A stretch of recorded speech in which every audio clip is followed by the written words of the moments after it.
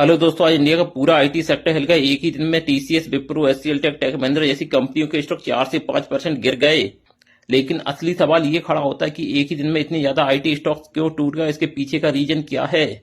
और इसके पीछे का रीजन है एआई का एडवांस लेवल, यानी जो चैट जीपीटी पहले सिर्फ चैटबॉट की तरह काम करता था, यानी आपके सिर्फ क्वेश्चन की जवाब देता था, वो एडवांस हो चुका है। यानी आगे चल के जो इंडियन आईटी कंपनियां जो सारी काम करती है, वो अब आगे चल के जो चैट जीपीटी का एआई है वो सारे काम करेगा। यानी पूरे सिस्टम को हिलाने की तैयारी चैट जीपीटी ने कर ली है। यानी यही काम इंडियन आईटी कंपनियां सालों से करती आई हैं और उनके इस काम को अब आगे चल के एआई करेगा।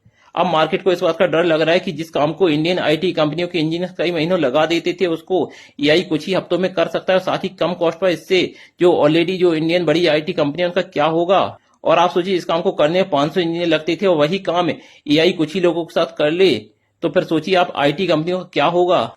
और इसी डर की वजह से आईटी कंपनियों में काफी भारी सेलिंग देखने को मिल रही है। लेकिन कहानी यही खत्म नहीं हो जाती, क्योंकि जो बड़ी कंपनियां होती है, सिर्फ उन्हें एआई नहीं चाहिए होता है, उन्हें चाहिए ट्रस्ट, डाटा सिक्योरिटी और साथ ही सेफ्टी। इसी वजह से अभी भी टीसीएस और विप्रो के पास अपॉर्चुनिटी है कि वो इसको आगे बढ़ा सकती है। तो आने वाले समय में वही कंपनी बचेगी जो तेजी से एआई को अपनाएगी। तो आपको क्या लगता है कि आने वाले समय में एआई लोगों की जॉब खत्म कर देगा या लोगों के काम करने के तरीके को बदल देगा? आपको क्या लगता है, कमेंट में जरूर बताइए। और इसी तरीके के और वीडियो देखने के लिए हमारे चैनल को फॉलो करिए।